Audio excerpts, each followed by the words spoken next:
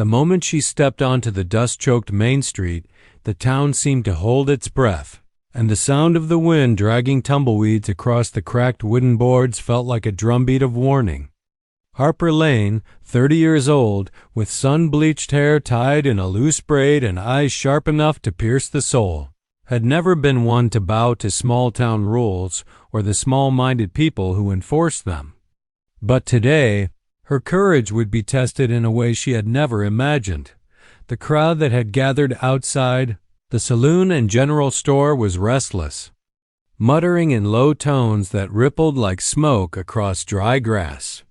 In the center of the commotion, a tall, muscular Apache man, his dark hair falling over his broad shoulders, stood silent, hands bound with rough rope.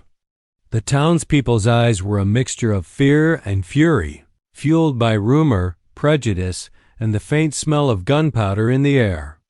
They had accused him, without proof, of rustling cattle and assaulting a local rancher. The law here was as harsh as the summer sun, and mob justice often preceded reason. Harper's heart pounded against her ribs. She had watched him silently for days, seeing not a thief or killer but a man of honor, whose presence in town was meant to broker peace between his people and hers. His name was Tahke, and he had saved her life just 2 nights ago when the river had turned violent during a flash flood. She had barely escaped with her life, but Tahke had waded into the icy current, dragging her from death with hands that bore scars and strength alike. No one else in the town seemed to care. They saw only their own fears reflected in the stranger's dark eyes.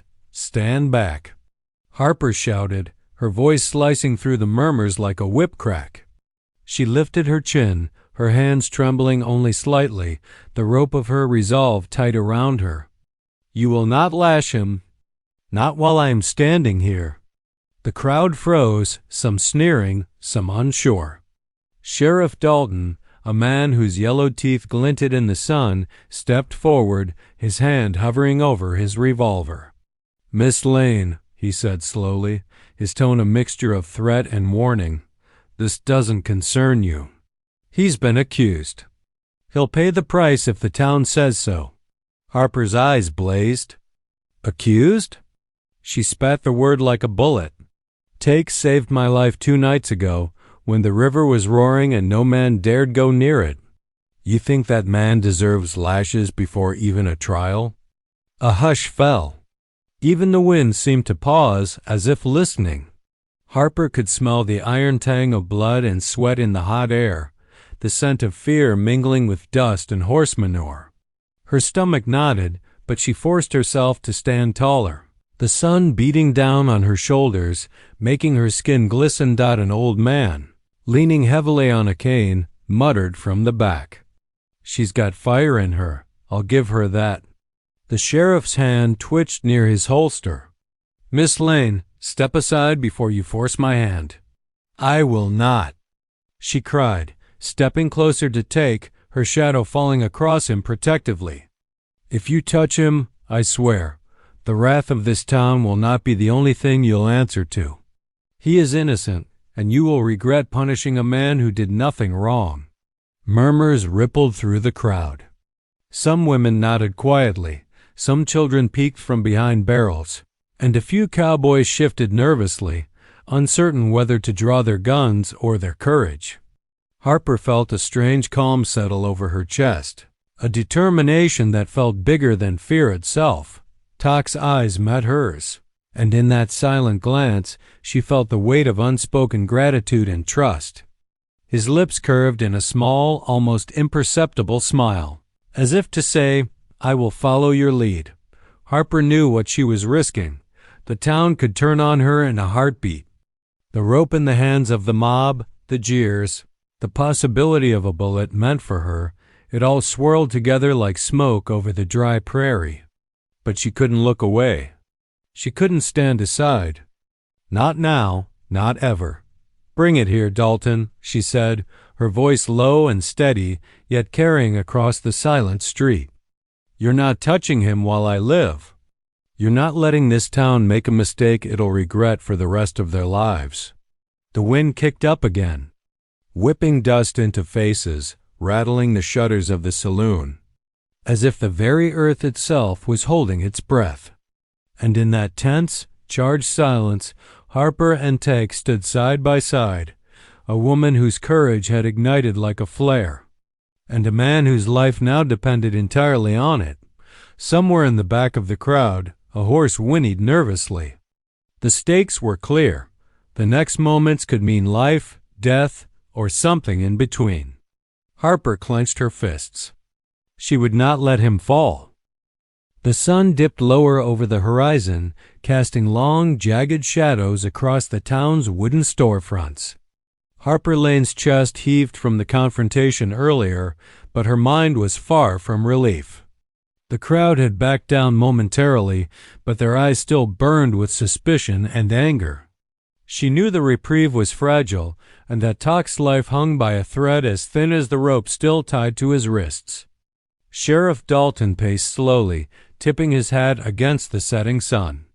"You've made your point, Miss Lane," he said, his voice tight with irritation. "But the town won't forget this.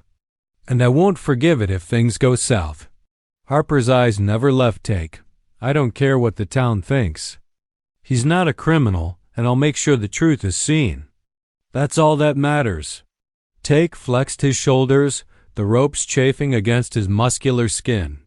His dark eyes flickered with quiet gratitude.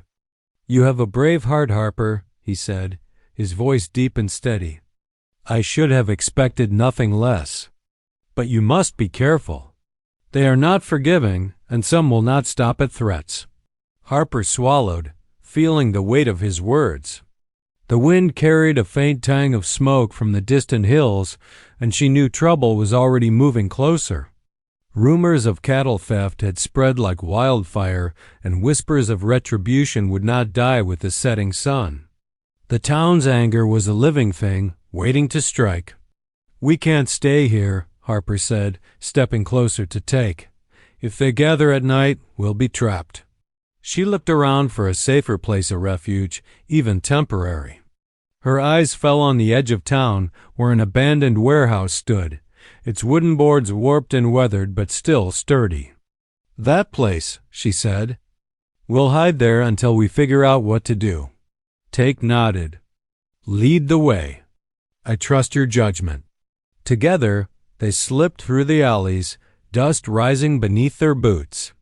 The town streets were eerily quiet now, but Harper's ears caught every creak of wood, every murmur of distant voices. She could feel the tension vibrating in the air, a pulse that threatened to snap at any wrong move. Inside the warehouse, the light dimmed to shadows that danced across the walls. Broken crates littered the floor, and the air smelled of old timber and horse sweat. Harper leaned against a wall, pressing her palm to her forehead as her pulse slowed slightly. "We can't wait for them to come to us," she said. "We need proof evidence that you're not guilty. Otherwise, they'll never stop." Tahke's gaze swept the room, eyes calculating and sharp. "I have something that can help. The night of the incident, I saw the real culprits. A group of men from the neighboring ranch, greedy and desperate. They planted the evidence to frame me. I can lead you to them, but we must move quickly. Before they know I survived the town's punishment." Harper's heart surged with hope. "Then we do it, tonight. I don't care how dangerous it is. I'm not letting innocent blood be spilled, yours or mine." Outside, the wind began to carry faint voices, low and threatening. Harper motioned for silence. They crouched behind crates, listening as the sheriff's men patrolled, checking each corner of the town with lanterns that cast long, wavering beams. Harper could feel her muscles tighten, every sense alert. "Do you really think they'll stop at me?" she whispered to Tahke. Tahke shook his head slowly. "Some never stop.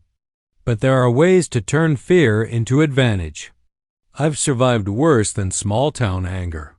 With you, maybe this time we stand a chance."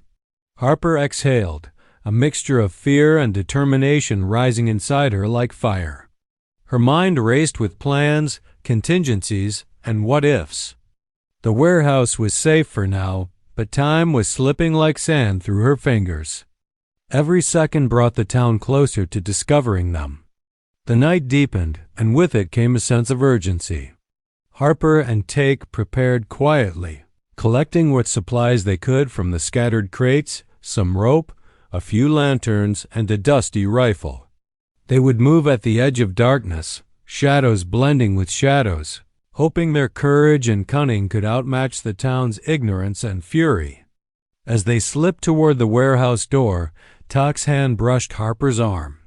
The contact was brief, but it carried reassurance, an unspoken vow that he trusted her to see them through. Harper's jaw set. Fear and uncertainty churned inside her, but she swallowed it down. Tonight, they would step into the unknown. Tonight, Harper Lane would put everything, her life, her reputation, even her heart on the line for the man who had risked his own life to save hers. And whatever awaited them beyond the town's dusty streets, they would face it together. The wind whispered through the broken boards, carrying the scent of sage and distant smoke. Somewhere, a horse whinnied, a warning echoing through the night. Harper tightened her grip on the rifle. Tahke tightened the ropes on his forearms, ready to fight, ready to survive. The hunt for truth had begun, and it would not wait for the faint of heart. The moon hung low over the prairie, pale and haunting, as Harper Lane led the way through a narrow path that cut between rolling hills and dry brush. Each step crunched over brittle leaves and broken twigs, the sound sharp in the night stillness. Tahke followed closely behind, his bare torso glistening faintly under the moonlight, muscles coiled and ready, his dark eyes scanning every shadow. "This way," Harper whispered, her voice steady but tinged with urgency. "If we follow the trail they left, we can find the men who framed you." Tahke's eyes flicked toward her, a faint smile brushing his lips. "You move with determination, Harper. It is." "Impressive." Harper smirked briefly but kept moving. The stakes were higher now. They weren't just fighting for Tahke's freedom. They were racing against time. The men who had planted the false evidence would not wait for justice. They would strike first if they sensed exposure. The trail led them to the edge of a canyon where shadows pooled like ink. Harper's heart quickened. She had grown up navigating the open plains, but there was something about this place that made the hair on the back of her neck stand on end. Rocks jutted sharply from the earth, and the wind whistled through narrow crevices like a ghostly warning. "Stay close," Tahke murmured. "They will be armed, and desperate men are the most dangerous." Harper nodded, gripping the old rifle they had scavenged. She felt the weight of it in her hands, grounding her, giving her a sense of purpose amid the growing tension. Together they moved silently, shadows among shadows, until the faint glow of lantern light appeared in the distance. Through the narrow opening of a canyon pass, they spotted a small encampment. 3 men huddled around a fire, voices low but harsh, their laughter cutting like knives in the quiet night. Harper recognized the brands on their saddles and hats. They were from the neighboring ranch, the same men Tahke had described. They had orchestrated the entire scheme to frame him for the cattle theft. Tahke crouched beside Harper, eyes narrowing. "There," he whispered. "They are careless. We can confront them, but we must be smart." Harper swallowed, her pulse racing. "We need proof. Something they can't deny." She scanned the area, noting a stack of cattle hides with faint traces of blood. If they could retrieve one and match it to the stolen herd, it would expose the men beyond doubt. Tahke motioned for silence, then sprang forward, moving with the lethal grace of a predator. Harper followed, her heart thudding in rhythm with his steps. They crept closer, every muscle taut, every sense alert. The firelight flickered across Tahke's powerful frame, highlighting the scars and sinews that spoke of years of survival and battle. Suddenly, one of the men shifted, and the gravel under his boot crunched. Harper froze. Tahke's hand shot out, gripping her arm and pulling her into the shadows. The men laughed again, oblivious, but the danger was real and immediate. Harper's breath came shallow and fast.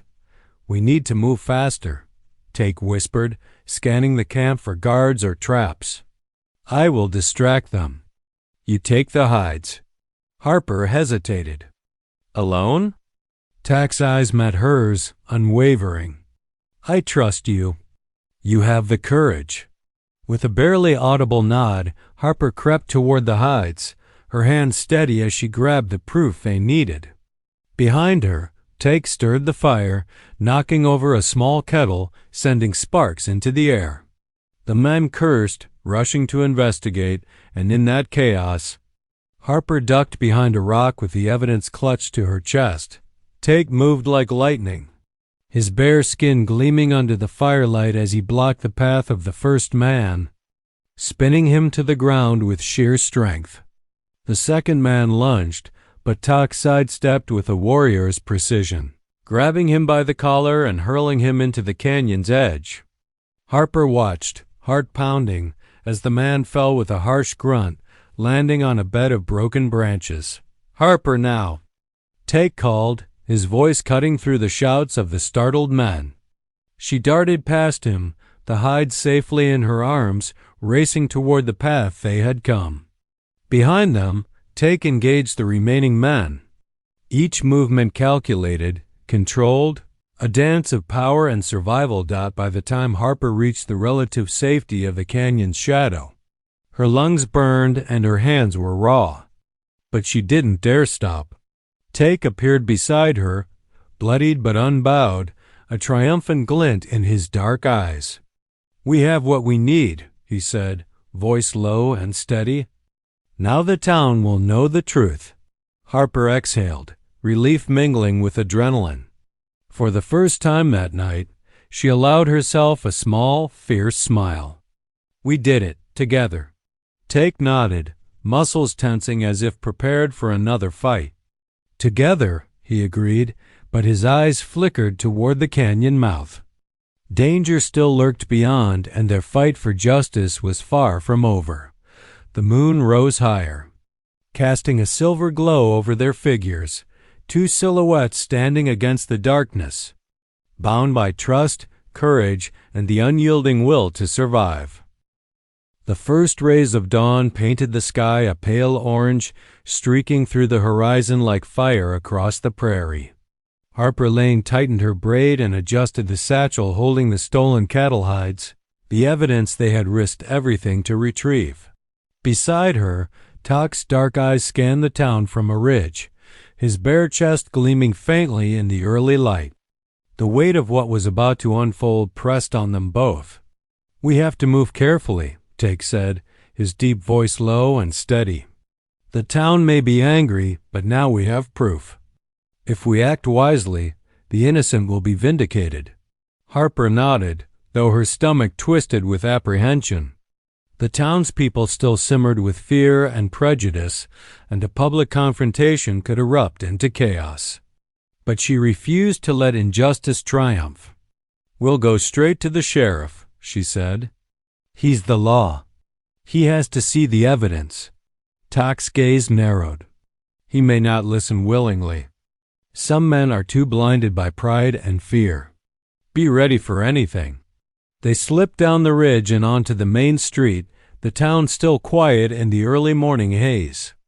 The wooden buildings cast long shadows across the dusty boards, and the scent of smoke and horse sweat lingered in the air. Harper's pulse quickened. Every step toward the sheriff's office felt like walking into a lion's den. Inside, Sheriff Dalton was polishing his revolver, his yellowed teeth glinting as he looked up with a scowl.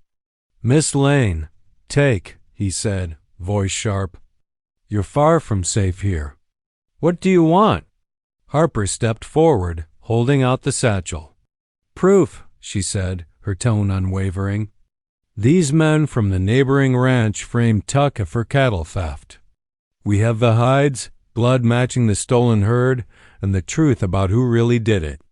You need to see this." The sheriff's brow furrowed as he opened the satchel and examined the hides. His eyes flicked to Tahke, and for a fleeting moment, Harper thought she saw doubt cross his face. But the crowd had begun gathering outside, curious at the commotion. Murmurs swelled into whispers, whispers into shouts as townspeople pressed against the wooden windows. Galton set the hides down and straightened. "If this is true," he muttered, "they'll pay for framing a man." His eyes scanned Tahke, measuring him, questioning, reluctant. "You've got one chance to prove it, or the town won't forgive." Harper's fingers clenched around the edge of the satchel. "This is it. Look at the hides. Talk to anyone who saw the men leaving the neighboring ranch. You'll see Tahke did nothing wrong." A sudden shout came from the street. "There she is! The witch siding with an Apache." A man's voice, thick with anger, carried through the town, drawing attention. The crowd turned as one, their gazes sharp and accusing. Harper felt their eyes burn into her like fire, some in admiration, others in contempt. "Harper!" one woman cried, stepping forward. "What are you doing? This is dangerous." "I'm standing for what's right," Harper replied, her voice clear and strong, ringing through the tense morning air. "Tahke saved my life. He is innocent, and the men who framed him will be held accountable. This town will not stand for lies and cruelty." The crowd shifted, some murmuring agreement, others sneering. But Harper saw movement at the edge of the streetmen from the neighboring ranch, approaching fast, guns glinting in the sunlight. They had realized their deception might be uncovered. Tahke's eyes narrowed, muscles coiling as he stepped protectively in front of Harper. "Back," he said, voice like a growl. "If anyone raises a hand, I will stop them. No innocent blood will fall today." The ranchmen hesitated at the edge of the street, seeing the determination in his stance and the fierce resolve in Harper's eyes. One of them spat to the ground. "We didn't start anything." Yet Harper's heart raced. She realized that truth alone wasn't enough. Courage had to be shown and consequences faced. Tahke's presence, strong, unyielding, and honorable, sent a ripple through the onlookers. Even the sheriff, grim-faced and tense, took a step closer, hand resting on his revolver. "We settle this here," Harper said, raising her voice. "In front of everyone. No more lies. No more fear. Justice will be served or the town answers for it." For a moment, silence fell. The wind rustled through the wooden buildings, carrying dust and tension. The distant sound of a horse pawing the ground made Harper's stomach tighten. Every eye in town was on them now. Tahke's gaze met hers. There was no fear, only trust and the quiet assurance of a warrior who had faced death countless times. Harper straightened her shoulders. They were ready to face the town, ready to expose the truth, ready to fight for justice. And in that moment, the town of Red Hollow held its breath. The reckoning had begun. The dusty street of Red Hollow trembled with tension as the first men from the neighboring ranch stepped into view, their boots scraping against the sun-baked boards. Harper Lane gripped the satchel containing the stolen hides, her knuckles white, while Tahke planted himself firmly in front of her, a living wall of strength and resolve. Every muscle in his sun-scorched torso flexed, his long black hair flowing in the light morning breeze. Tribal jewelry clinked faintly against his skin as he shifted his weight, eyes narrowing at the approaching threat. "Stay behind me," Tahke whispered, his voice low but commanding. Harper nodded, heart racing. She had never faced danger so raw, so close. And yet she felt an unshakable trust in the man beside her, the first rancher, a tall, broad-shouldered man with a scar slicing across his cheek. Spat onto the street. "We'll see how brave you are when the town watches, Apache," he snarled. His companions muttered threats, guns glinting in the sunlight. The crowd of townspeople pressed against the saloon doors and fences, murmuring and whispering, unsure whether to intervene or flee. Tahke's gaze flicked to Harper. "Whatever happens, do not falter. Justice is ours to claim tonight." Harper swallowed, nodding again.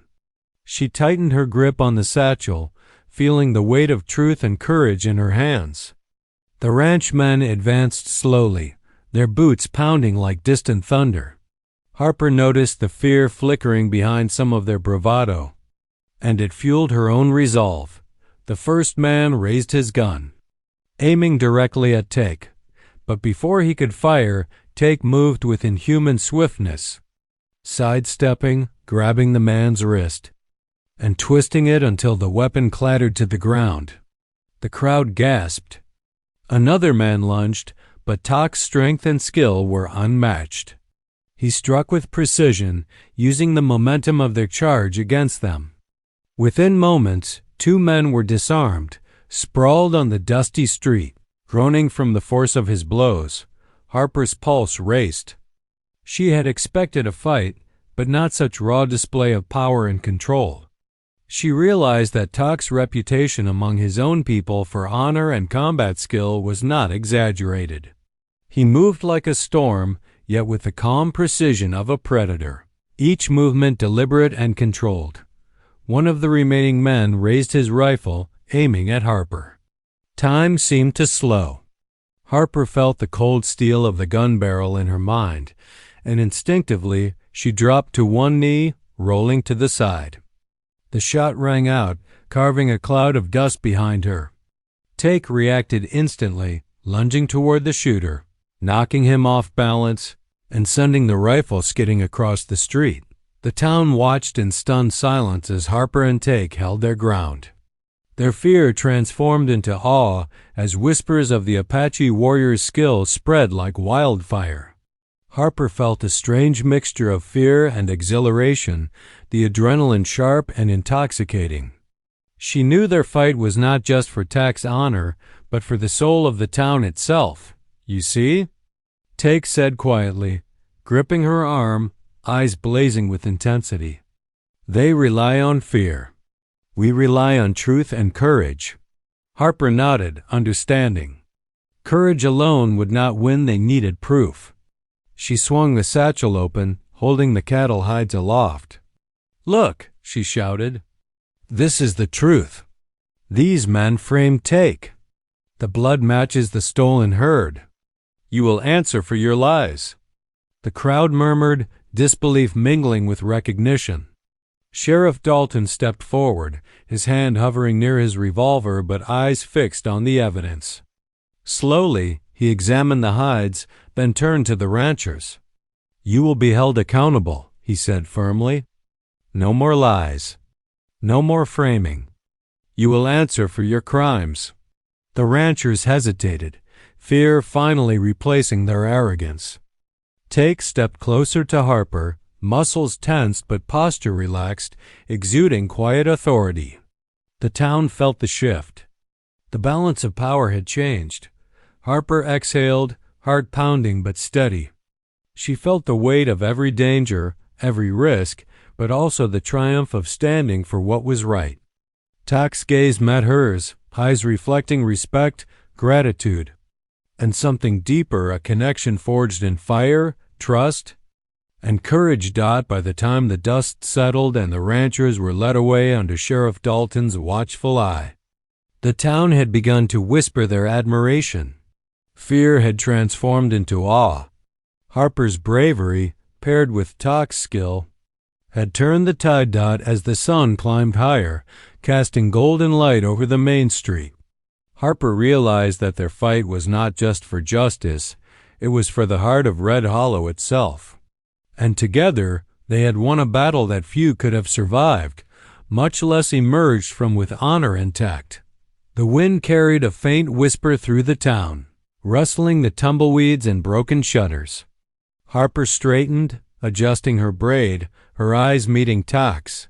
"We did it," she said softly. Tahke's lips curved into a faint smile.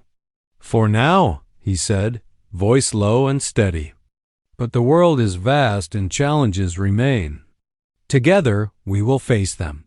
Harper nodded, feeling a sense of purpose deeper than she had ever known.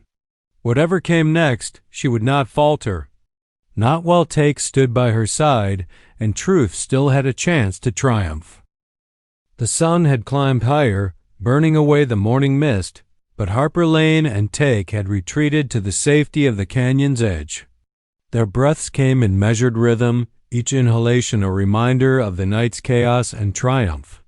The town of Red Hollow behind them seemed to pulse with quiet energy, curious, wary, and slowly awakening to the truth. Cox's dark eyes scanned the rugged canyon walls. "This place," he murmured, "holds more than just safety. It holds history, secrets my people have kept for generations." Harper tilted her head, intrigued. "Secrets?" Tahke nodded. "The Apache here have long watched over the land. Many fear us, misunderstand us, but our ways are tied to survival and honor. Come closer." He gestured to a narrow passage between two rock faces. Harper followed, the weight of the satchel in her hands feeling lighter than the tension it had once carried Dot as they moved deeper into the canyon. Harper could smell sage and earth, the air cool compared to the heat of the town. Light filtered through jagged openings in the rocks, casting intricate patterns on the ground. Every sound birdsong, the distant rush of a creek seemed amplified in the stillness. Tahke led her to a hidden alcove where the walls bore faint carvings of warriors, animals and symbols Harper had never seen. "These markings tell the stories of my ancestors," Tahke explained. "They fought not for conquest, but for protection of our people and the land. Many do not understand. Many fear what they cannot see." Harper ran her fingers along the carved symbols, feeling the grooves beneath her touch. "It's beautiful and humbling," she whispered. "I've never seen anything like it." Tahke's gaze softened. "You see beyond fear, Harper. That is why I trust you." A sudden rustle in the canyon pulled Harper's attention toward a narrow opening. A man stumbled into view, clutching his side. Harper gasped. "Someone needs help." Tahke's hand went to her shoulder. "Be cautious.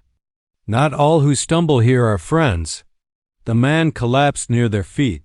Harper knelt beside him, realizing he was one of the ranchmen they had confronted earlier. His arrogance had crumbled to desperation. Blood seeped from a wound in his side, and he coughed, gasping for air. "Please, don't let them take me back," he rasped, eyes wide with fear. "I didn't mean," Harper frowned, conflicted. Her moral compass tugged her toward compassion, even for a man who had tried to ruin Tahke's life. Tahke's gaze met hers, unreadable yet steady. "Let me help him," Harper said quietly. "He's alive and he's in our care now." Tahke studied the injured man, then nodded slowly. "Compassion is not weakness. But be wary. Others may follow." Working together, they managed to stop the bleeding as best they could with torn cloth and water from the creek nearby. Harper's hands moved deftly, her experience with the land and survival coming into focus. Tahke remained alert, scanning the canyon's mouth for any threat, his muscles coiled like a spring ready to strike. The injured man groaned, wincing as he spoke. I should have known better? Tahke, you didn't deserve any of it. I lied. I lied to protect my greed. And I'm sorry." Tahke's expression was calm, measured. "Truth is the first step to honor," he said simply. "Speak it, and it matters more than you know." Harper watched the exchange, feeling a surge of respect for Tahke's wisdom. Even in the aftermath of violence, he held a principle stronger than fear or anger. Hours passed in the canyon, the sunlight shifting and dappling the rocks with golden patterns. Harper and Tahke tended to the injured man, teaching him the value of honesty and responsibility, the weight of justice and the cost of lies. The hidden canyon became a sanctuary, a place where the chaos of the town could not reach them, and where lessons could be learned in peace. When the sun dipped toward the horizon, Harper finally rose, brushing dust from her clothes. "We can't stay here forever," she said, voice soft but firm. "The town needs to see what's been hidden. They need to understand that justice isn't just about fear, it's about truth." Tahke's dark eyes glinted in the fading light. "Then we return. But now, Harper, we do so not just with evidence, but with knowledge. They will see the courage in standing for what is right, and the power in understanding one another." Harper smiled faintly, feeling the strength of purpose settle deep within her chest. Together, they would return to Red Hollow. Together, they would face the town and whatever consequences came with courage, honor, and an unbroken bond.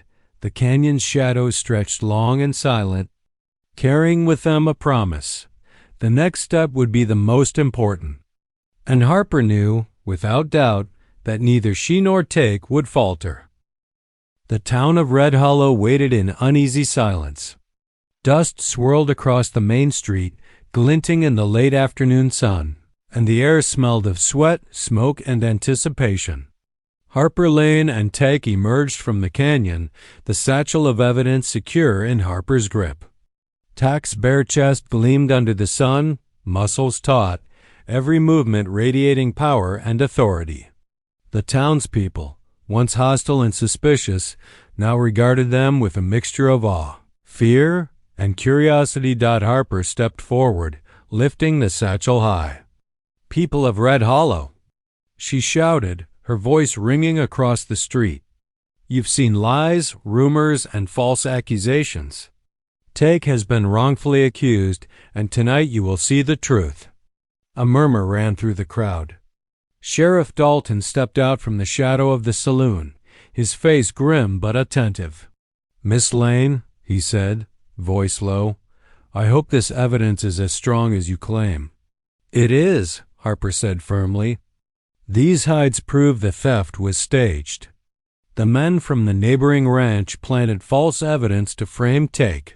They lied, they threatened, and they risked the life of an innocent man. Now the truth is in your hands." From the edge of the street, the ranchmen appeared, their pride replaced by apprehension. The first man, scarred and defiant, swallowed hard as Harper and Tahke approached. Tahke's dark eyes locked on him, calm yet unyielding, and the man's bravado faltered. "You've caused enough harm," Tahke said, voice steady and commanding. "The town deserves honesty, and you will give it. No more lies." Harper pulled the hides from the satchel, holding them for the sheriff and townspeople to see. "This is the proof," she said. "The blood on these hides matches the stolen herd. These men lied, and now they will answer." A hush fell over the crowd. Some townspeople whispered in shock. Others nodded quietly, seeing the weight of Harper's courage and Tahke's honor. The sheriff stepped closer, examining the hides. "It's true," he muttered. "You've brought justice to Red Hollow." One of the ranchmen trembled. I didn't think anyone would uncover it," he confessed, voice shaking. I was wrong." Tahke's gaze softened but remained firm. "Truth is the first step to redemption. Speak honestly, and you may find a path forward." The town watched as one by one, the ranchmen admitted their deceit. Fear gave way to accountability, arrogance replaced by remorse. Harper exhaled, relief washing over her. She had feared the confrontation, feared the town's wrath, yet their courage, paired with Tahke's unwavering strength, had turned the tide. Sheriff Dalton nodded to Tahke. "Your name is cleared, Apache. Red Hollow owes you a debt, though I doubt words will ever repay what you endured." Tahke inclined his head. "The town's honor is restored by truth. That is reward enough." His gaze shifted to Harper, dark eyes glinting. "And your courage, that too has saved lives today." Harper's cheeks flushed, but she stood tall. "I only did what was right," she said. "No one should face injustice alone. The townspeople, seeing the strength of character displayed by both Harper and Tahke, began to murmur and respect. A few stepped forward, nodding apologies and acknowledgments to Tahke. Others looked at Harper with newfound admiration. The fear and prejudice that had gripped Red Hollow slowly loosened, replaced by cautious trust and a sense of justice served. Tahke turned to Harper, placing a firm hand on her shoulder. "The fight is never truly over," he said quietly, "but together we can face what comes next." Harper nodded, the weight of the past days finally settling. She realized that courage, honor, and truth had reshaped not only the town's perception, but also the bond between them. They had faced threats, danger, and hatred, yet emerged stronger, unbroken, and connected by trust that neither time nor fear could sever. As the sun dipped lower, painting the town in golden light, Harper and Tahke walked side by side down the main street. The townspeople slowly returned to their lives. Whispers of the Apache warrior and the brave woman who had stood for justice, following them like wind through the dusty streets. Harper glanced at Tahke, a small smile playing at her lips. "We did it," she said softly. Tahke's lips curved in a rare smile. "For now," he said, voice low but steady.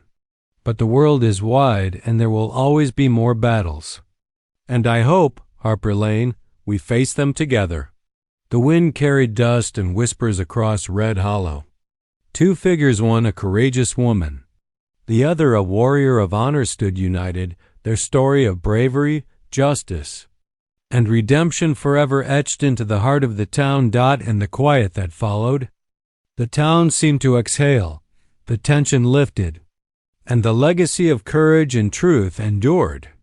And Harper knew, in that moment, that the fight for justice, though complete here, had forged a bond stronger than any fear, any prejudice, or any challenge that might come next.